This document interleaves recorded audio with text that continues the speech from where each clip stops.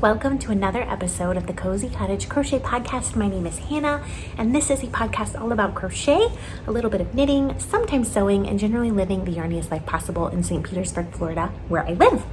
How are you? It is episode 99. We are one episode away from the big 100, which is crazy to me.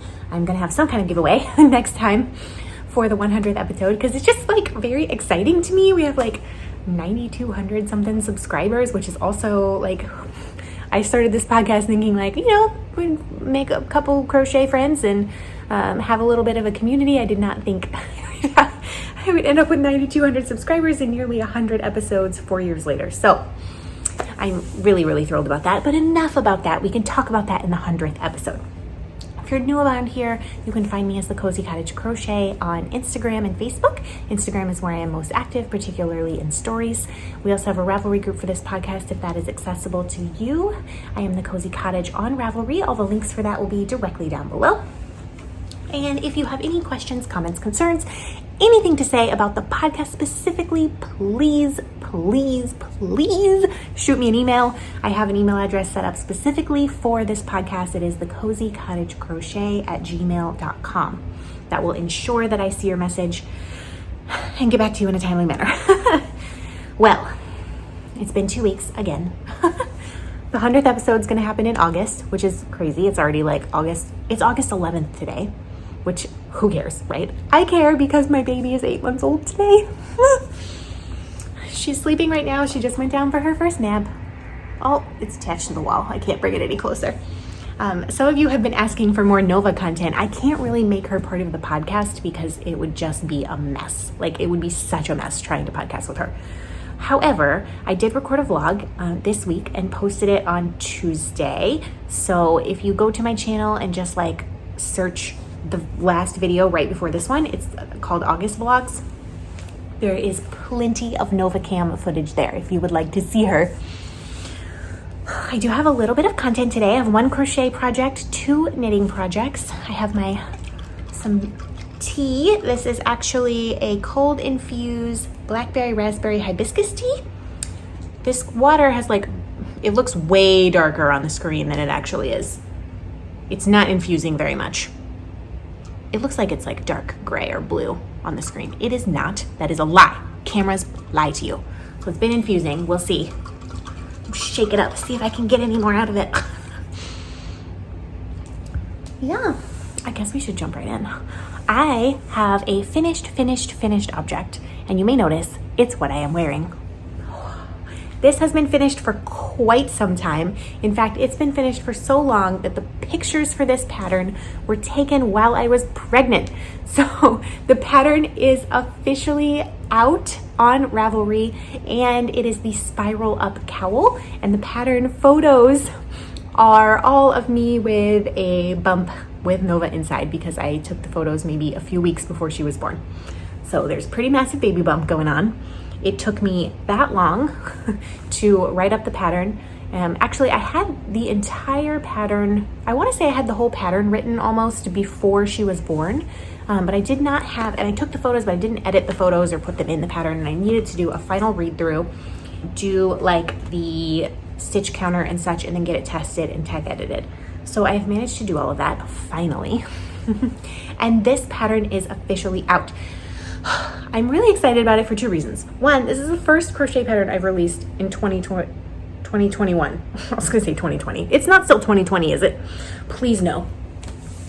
Yeah, that's the least amount of patterns I've released since I started writing crochet patterns. I have several more coming down the pike, so that is good, but it's August. This is the first one I've released. Babies, y'all.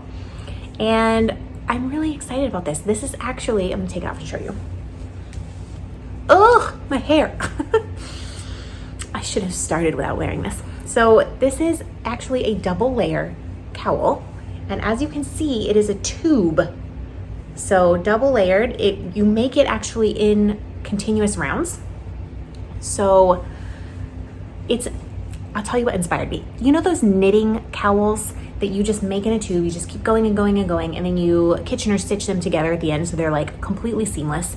And if you're changing colors or using minis or anything like that, all of the ends are on the inside so you don't really have to do anything to them. It's exactly what I did for this. So you start this, I'm not gonna give away all the secret sauce, but essentially you start it, you join in the round, and then you go in continuous rounds, and then you seam it at the end. And I did this with a 2-color stripe. You could do this with as many stripes as you want. There are instructions in the pattern to do a 2-color stripe and to do single color. I had some testers who made this using only 1 color. You can, of course, make this as long as you want, as short as, well, I don't know if you could make it shorter. It won't go around your head. You could make it as long as you want. You could make it into a scarf if you wanted to, but I think a cowl. I purposefully designed this to be a double layered piece that you just wear around your neck for the winter time. This is probably gonna be way too hot for Florida, but because it's double layered and fingering weight, it'll be perfect to be really cozy. And then of course your coat will be like all up to here. So as you can see, it looks pretty seamless from the outside, right? I'll show you where the color changes look on the inside. There is a jog, but it's on the inside, so who cares? And it's pretty straight and seamless. The yarn that you use, you carry up the inside. And by the inside, I mean like the inside of the tube. So I literally had 4 ends total to weave in on this thing. Two for each color. So, and then when you seam it, I'll show you the seam. You can tell slightly if you know what you're looking for. It's just ever so slightly bigger here because of the way that you start it. You have to then seam that together. So you can kind of tell that that's where the seam is, but like when you're wearing it, you can't even tell, in my opinion. So let me put it, I'll wear it as a hat. This yarn is, I used 2 full skeins of fingering weight yarn by Yarn on the Prairie, who is a lovely designer. This is the colorway Voltage, this green, and then Electric Blue. I've had these for a really long time. She donated them so that I could design something with them. And you know, it normally doesn't take me like 20 billion years to get a pattern out, but 2020 happened, and then, you know, Nova happened, and then, yeah, life, it's hard. So this is the Spiral Up Cowl. And I designed this kind of when I was pregnant. And you ever just have those days where like everything feels like it's spiraling out of control and you don't know how to get back on track? And like, we all know how to spiral down and spiral out of control, don't we? Like, we're so good at it. What about spiraling up? Just like one bad or one maybe unhelpful choice can send us down a spiral down path that like ruins the rest of our day, possibly the rest of our week, so one helpful or positive choice can start us spiraling up again. And that is exactly what I wanted this to be. This is made in 1 stitch. And like I said, it's made in continuous rounds. So you never have to know like where my place is. You never have to count stitches really. It's very meditative. All you have to do when you are feeling some kind of way is pick this up once you've, you know, established the first pattern, and then just go. Just spend a few minutes mindfully breathing, meditating with the yarn in your fingers, the hook in your hand, going around in a circle. Reset your day, reset your week, and start to spiral up. This is something I have been trying to do. Like, I will talk more about this later. My hormones have been a little crazy, so I have been trying to very mindfully take a few moments and just be like, okay, this is what I'm going to do right now. I need to stop this before I just spend the rest of the day sad and unhappy, etc. So this is a pattern, you know, I love like mindfulness and mental health and things like that. This is a pattern specifically for that. It's pretty good actually. Blackberry hibiscus something. I can taste it now. It said it needed like 5 minutes of infused time. I think it needed like 15. I'm not gonna take the tea bag out. It's pretty good. So this pattern is live on Ravelry. I will leave a link below. You will get $1 off for the next 1 week if you use this code. That's always what I try to do. It's my gift to you. Thank you for supporting me and supporting the podcast. And I know I don't have to tell you what I'm doing with any of the proceeds, but actually what I'm doing with proceeds from this pattern and probably any upcoming patterns is saving it so that I can get a new computer. I have a MacBook Pro laptop that's about 8 years old. It's been with me for a long, long time, and it has struggled. It is struggling. So I really need to get a new computer. that can handle better video editing and just have a little more space. Like every single time I edit a podcast, I have to delete everything from the previous podcast off of my laptop and start from scratch because it just can't, like there's not enough room. Also photo editing for patterns and just all kinds of things. And my laptop, I also have to make sure that I turn off whenever I'm not using it or it overheats and gives me a blue screen of death, which MacBooks don't give you a blue screen of death. It gives me more like a white screen and restarts, but it's similar to the Windows blue screen of death. So that is what I am working towards with the next few patterns. This one, the Spiral Up, there will also be the series shawl coming probably around the end of August. And then I have 2 more patterns that are completely, the sample is completely done. There's the Cozy Up blanket and the Calliope cowl, which is a Tunisian cowl. Neither of those have been written. I need to get on it. I have not been feeling motivated. It's been kind of a tricky 2 weeks for me. I don't know, but I'm just beyond excited that this cowl is out. It feels like it's been such a long time coming, and it's right for this to be the first one that's released after having the baby. And you know, with the new COVID variant wreaking havoc on everything, and we didn't think we would be here again, but maybe you need to spiral up. Maybe you need a little bit of time, a little bit of energy to dedicate to mindfulness and meditation and just centering yourself and spiraling up instead of down. And this is my couch shawl. This is my winter hold shawl pattern. It's made in super bulky yarn, so it's really thick and cozy. I just put it there because I thought it looked like a good background. I'm basically an interior designer, you guys. So that is my pattern release. Angels should be singing right now. I do have another finished object. It's the basket I was working on last time. It's finished, and I'm not really a fan. I wasn't really a fan last time. I'm still not really a fan. This is what it looks like. So just kind of scrappy using wool. This is 100% wool singles kind of that were in my stash. So I just used every bit of all of the balls. There's only a few ball bands. So it's Lion Brand Alpine wool, which is 100% wool. And I had several balls of that in various colors. And then there was Freedom 100% wool by Twillies of Stamford. So I think that was just these 2 right here. And there were various amounts of this. It's 100% wool. So I was like, okay, I'm just going to do it. I made these little handles. And then I was like, I'm going to throw it in the washer on hot and in the dryer, and it will felt because it's 100% wool. Does that look like it felted to you? Look at that stitch definition. Not even a little bit. Not even a smidgen of felting, which is crazy to me because the person who gave me this yarn used it for needle felting, and it's 100% wool. It's not superwash. And I washed it on hot with high agitation and threw it in the dryer on high heat, and nothing happened.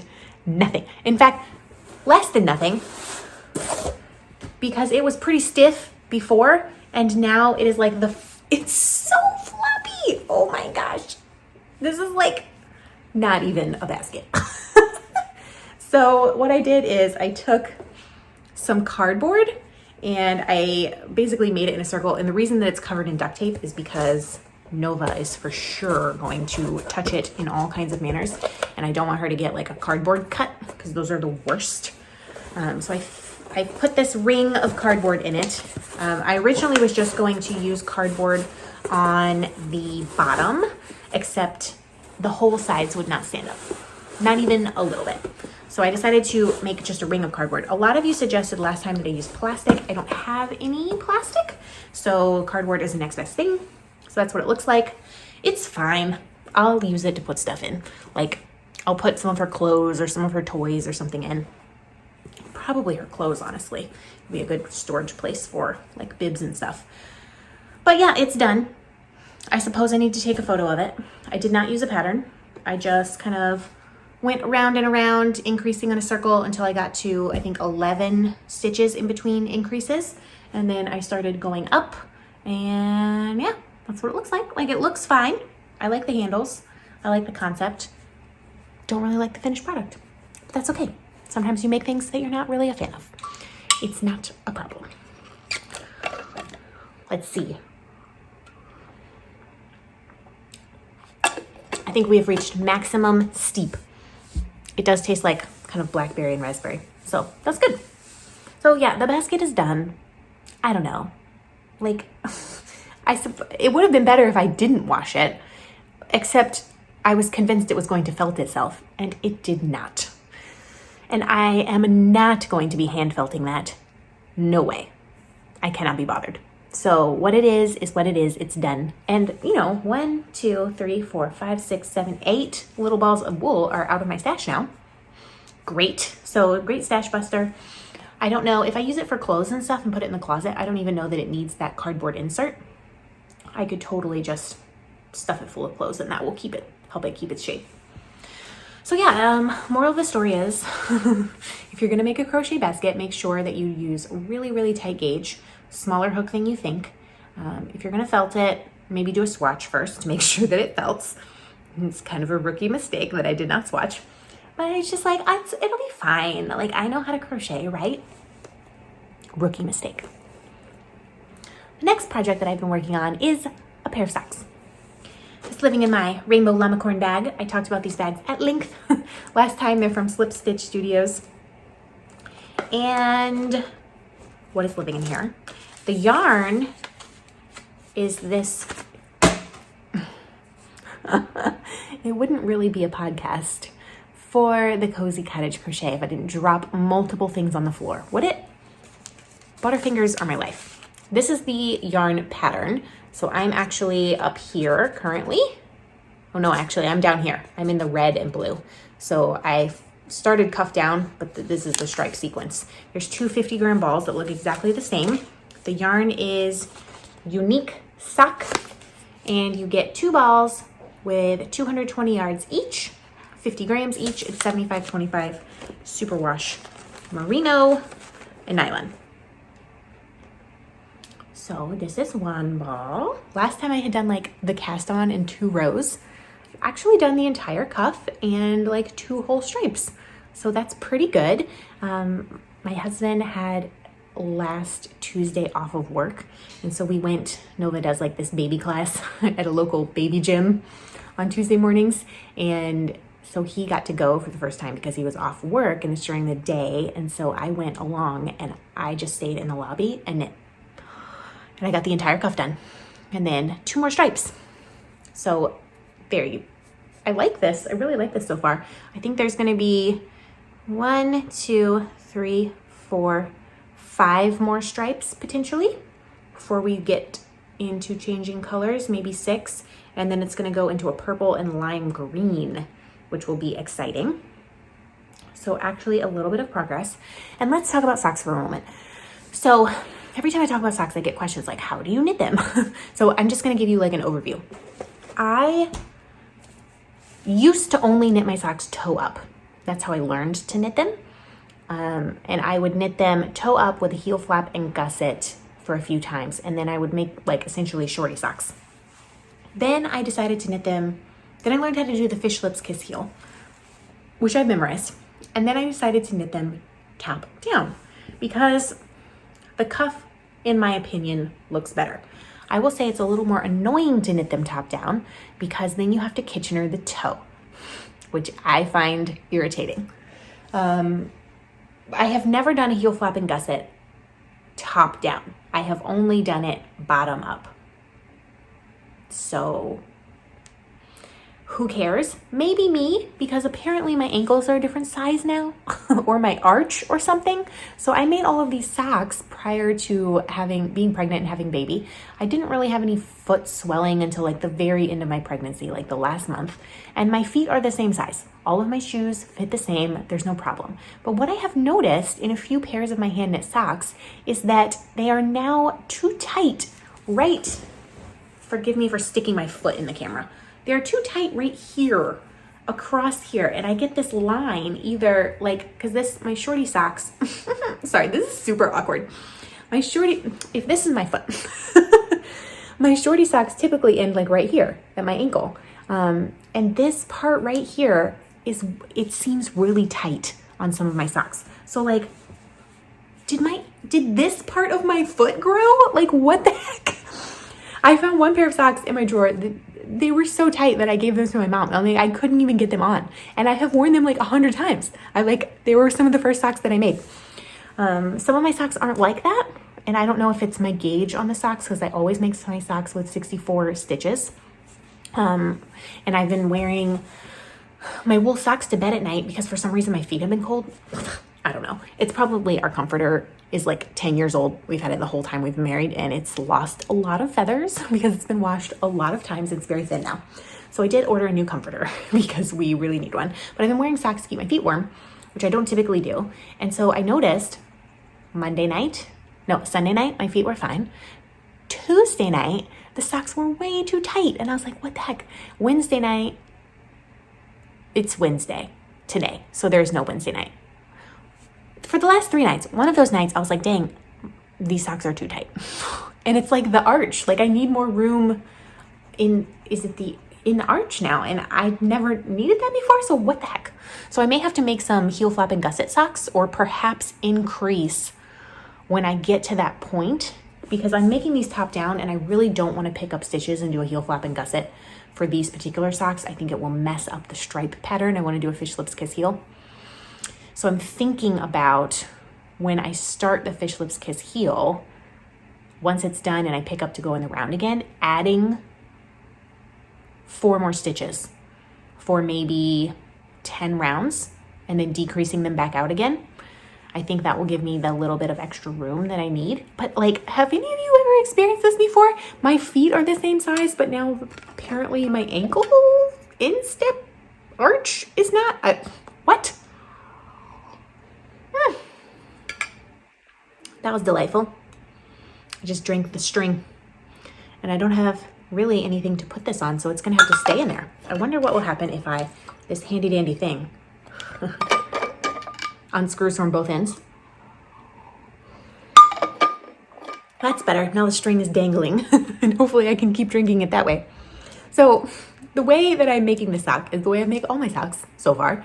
I cast on 64 stitches on my 9-inch circulars. If I'm doing this toe up, I will cast on 12 and 12, so 24, and increase from the toe. I will do that on magic loop. Still 9-inch. These are Chalgu red lace. If I do it top down, cuff down, and cast on 64 stitches, I will knit the entire sock except for the toe on my 9-inch circular. That includes the heel. If I'm doing a heel flap and gusset, still use my 9-inch circulars. If I'm doing fish lips kiss heel, still use my 9-inch circulars. I just go back and forth instead of going all the way around. I will only not use my 9-inch circular when I'm doing the toe because there's too few stitches. It won't go all the way around. I love my 9-inch circulars. If I had to knit socks on DPNs or the entire sock on magic loop, I full on would not do it.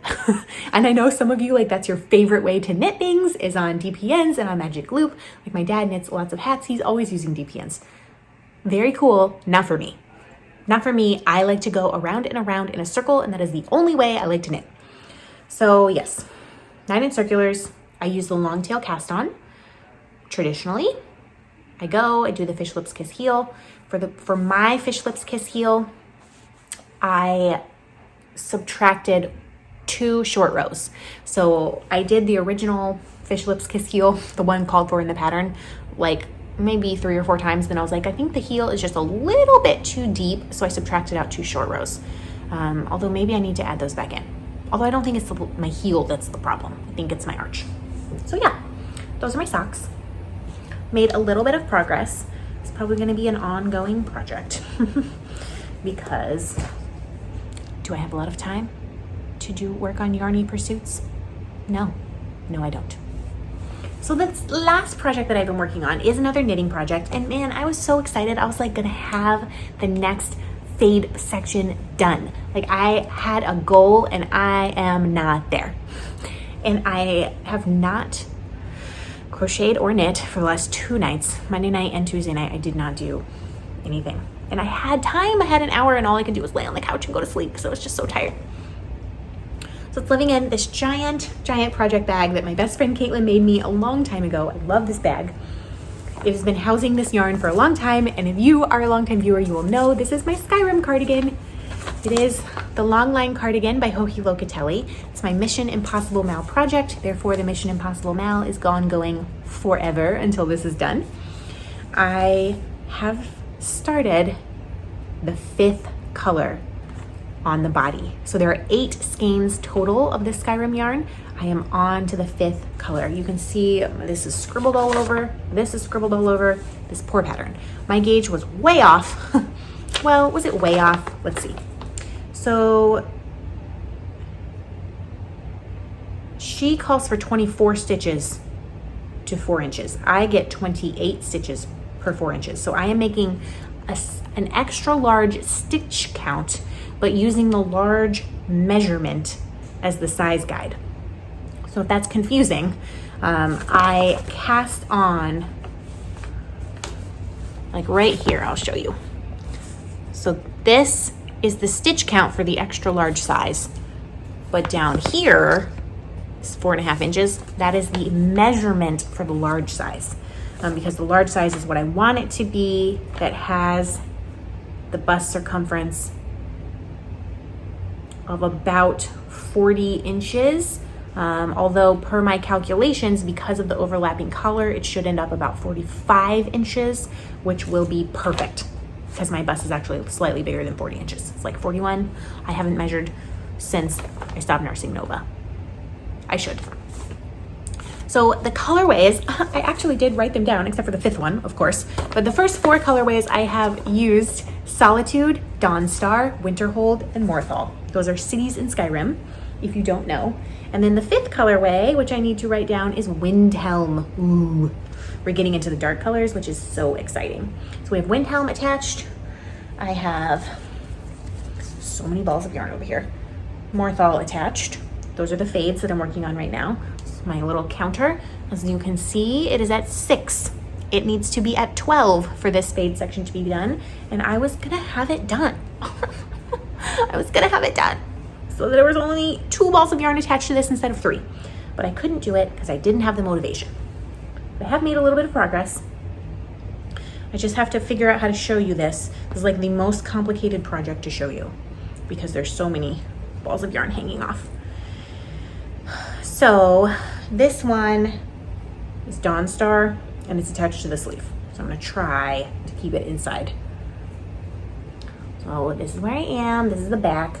As you can see, this stitch marker right there, that is where I started. So I have done a good 1.5 inches, which means I finished Morthal rows, and then I have 6 fade rows of Morthal and Windhelm.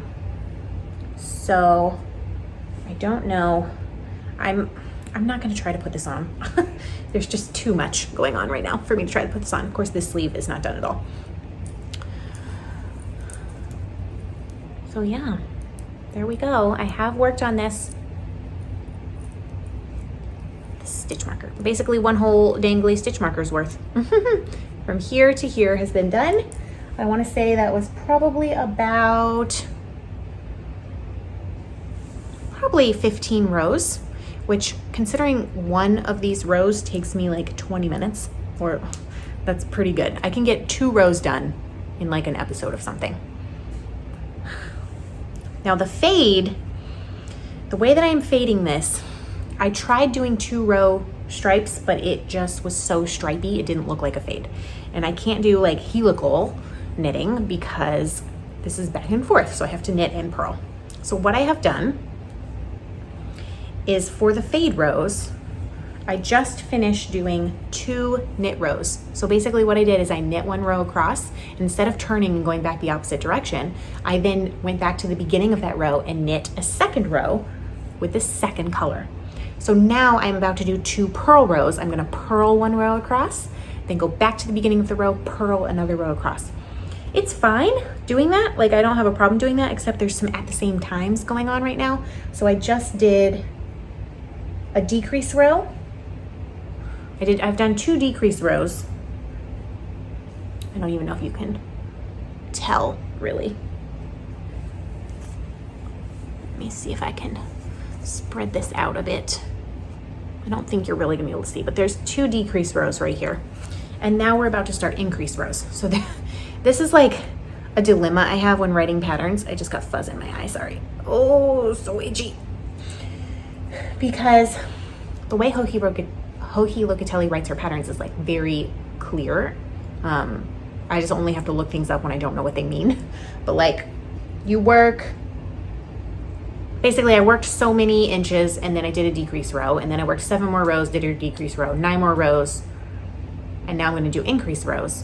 But it's at the same time as I am fading. So I have to keep track of my 12 fade rows.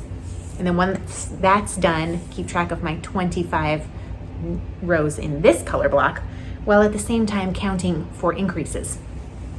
So I have my stitch counter for where I am on the fade, and I have been using little check marks to mark where I am in the increasing and decreasing, which is good. And I am very tangled up now. I'm very tangled. So I have to do 1, 2, 3, 4 increases over a certain span, and then 3 more increases. So 4 increases after each 8 rows, and then 3 more increases after 16 rows. Every time I look at this pattern, I'm like, I don't know why I'm making this. Why? Because it's going to be amazing and gorgeous and totally the best. But this is such a hard project for me. It's going to be the best. This yarn is from Leah of Sheep Happens Yarn. It was a gift that she gave me a couple of years ago for my birthday. I'm such a fan, and this yarn is going to be done justice, finally. But who knows when this pattern will be done. So I have to do the entire body. So I still have 6 rows in this fade section, then 25, 50, 75, 100 rows solid plus 30, 136, 142 more rows. I have 142 more rows before the body is done, and I think it will be done by then, including ribbing. Oh my gosh, 142, what's 142 times 20 minutes? A lot, plus sleeves. That's crazy, y'all. Crazy sauce. So I'll just keep plugging away at it. I was not feeling motivated at all the last couple of nights. And I really could have done those last 6 rows. I could have done them. If I had done 3 rows last night and 3 rows the night before, that fade section would be done. But you know what? I'm not gonna beat myself up about it. It's just how things go sometimes. Just how things go. So I haven't been feeling motivated. I think because there's like a couple of reasons. One is my hormones have been kind of intense, like more intense than they have been since right after I gave birth. And I'm not sure why. Maybe if you've had kids, is this normal? Does it level back out? Because this is maybe TMI, so just like put your seatbelts on, okay? I got my period 5 months after Nova was born. So I've had 3. The first 2 were pretty much fine. I mean, they were like they were before I had her. So not great, not delightful. And I've always had a lot of cramps, a lot of headaches, things like that. But like maybe 1 day of PMS.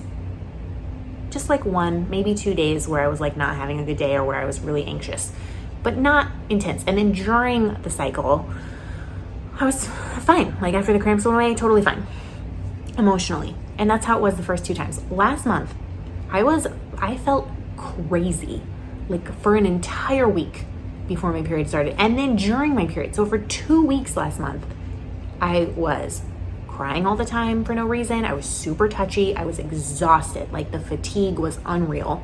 My migraine, I had a migraine, which I always get usually a migraine at least once a month around that time, but like it was much worse than it had been.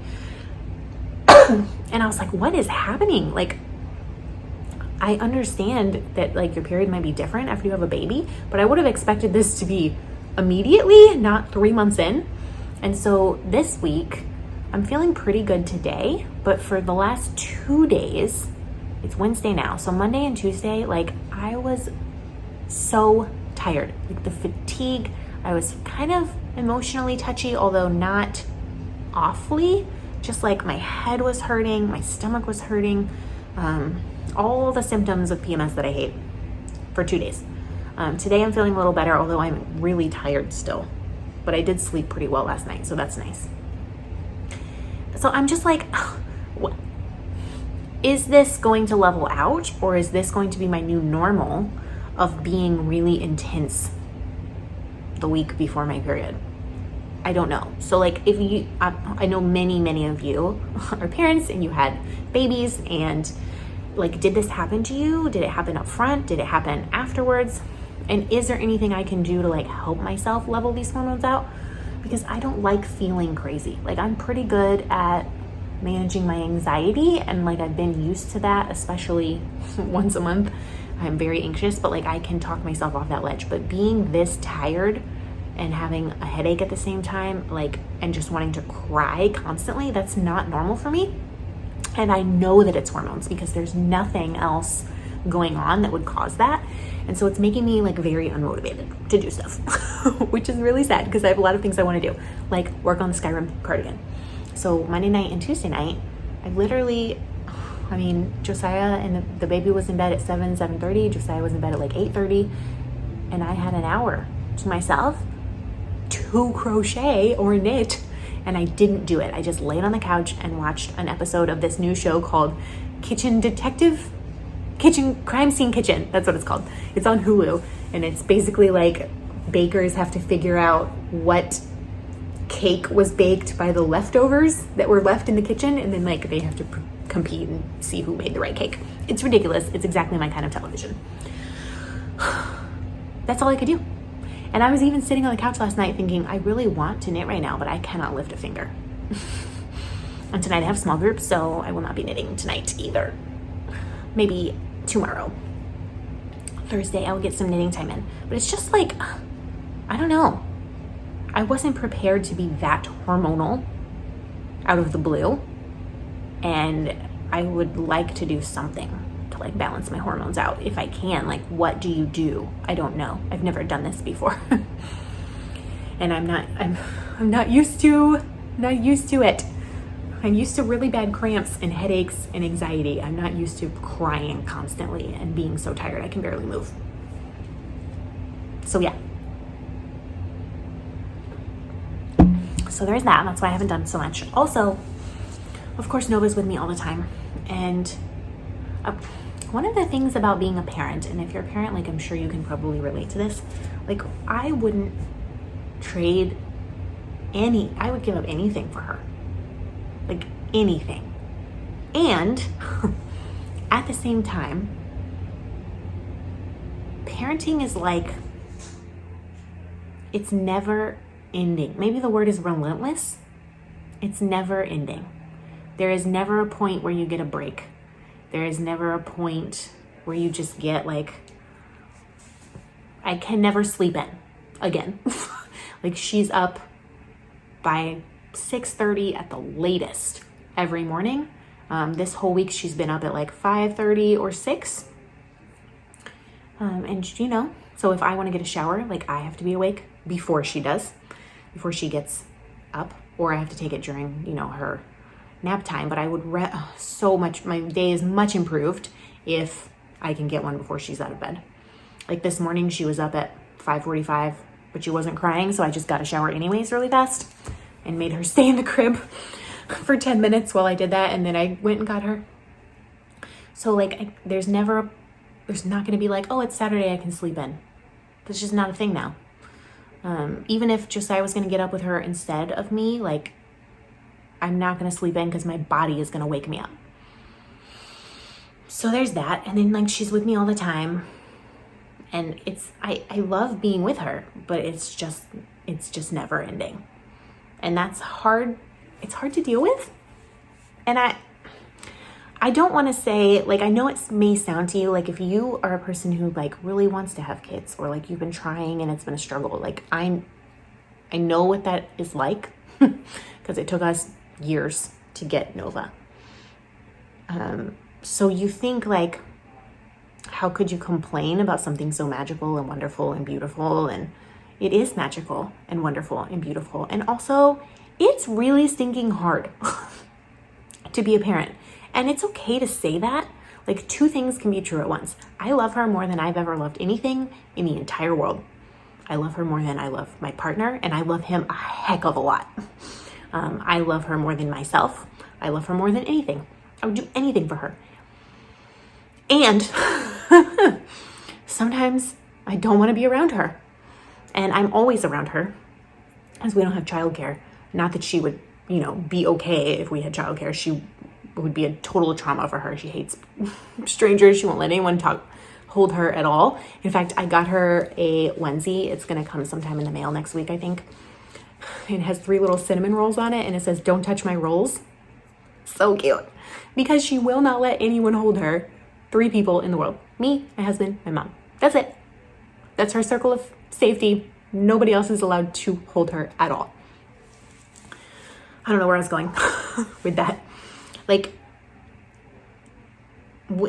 And I know maybe a lot of you are pandemic parents, like you parented through the pandemic, or you had a baby through the pandemic, and this is like your reality. Like there's not really a break. There's never an end point. There's never a point where you're like, oh, this is just like me time. Like at night, yes, when she goes to bed 7:30, I have some me time, which mostly consists of laying on the couch and sleeping. Because that's all I have the energy to do at the end of the day. I really need me time at like 10 in the morning when I'm being productive. But that's not how things work. No, is it? So I know it's not always going to be like this. And I know like somebody is going to be like, you should just be enjoying this time. I am. I love every minute that I get to be with her. And also I'm tired. And it is okay for both of those things to coexist. And I don't know why I'm like telling you all of this right now. But if you are a mama or a parent of a baby of any age, but especially a small baby, it is okay for you to feel, it's okay for you to miss who you were before. I don't know how else to say that. Like, it's okay for you to miss just being able to pick up and go and do things. It's okay for you to miss being able to go out at night instead of having to be home for bedtime. It's okay for you to miss sleeping in. It's okay for you to miss eating hot meals, drinking hot coffee, taking a shower that's longer than 5 minutes. It is okay for you to miss all of that stuff. It doesn't mean you don't love your baby. It doesn't mean you're a bad parent. It just means you're a human. And 2 things can be true at once. Oh, geez. Oh, I'm going to start crying right now. I didn't cry in the last podcast episode, so clearly everyone's here to see me cry on this next podcast episode, right? Right. No. All I'm saying is, I love her very much. She's the best. And being a parent is hard. And it's okay that it's hard. And we'll survive it, just like we survived everything else. It's all that matters is that your baby is loved, and it's fine. It will all be fine, but it's okay to complain once in a while if it makes you feel better. Oh, speaking of complaining, I have to feed her. This might seem like a silly complaint. Like, she's been drinking, breast milk and now formula for her whole life. And we've been doing 1 meal a day with her at dinner, where she just kind of eats whatever we're eating that day. But like, she's 8 months old now. So I'm starting to feed her breakfast too. And then when she's like 10 months old or 9 months old, maybe 10, we're going to add in like lunch as well. And it's like, I have to make food. I have to prepare food for multiple meals a day for this person. This tiny person. I don't do that for myself. But she can't live on protein bars and sandwiches now, can she? No. I have to make food. I have to make a meal plan. It's so hard. I wish I had $1 billion because then I would pay someone to clean my house and I would pay someone to do all the cooking. I like cooking, but not that much. Well, I have rambled on enough, I think. All that to say, it's episode 99. I can't believe it.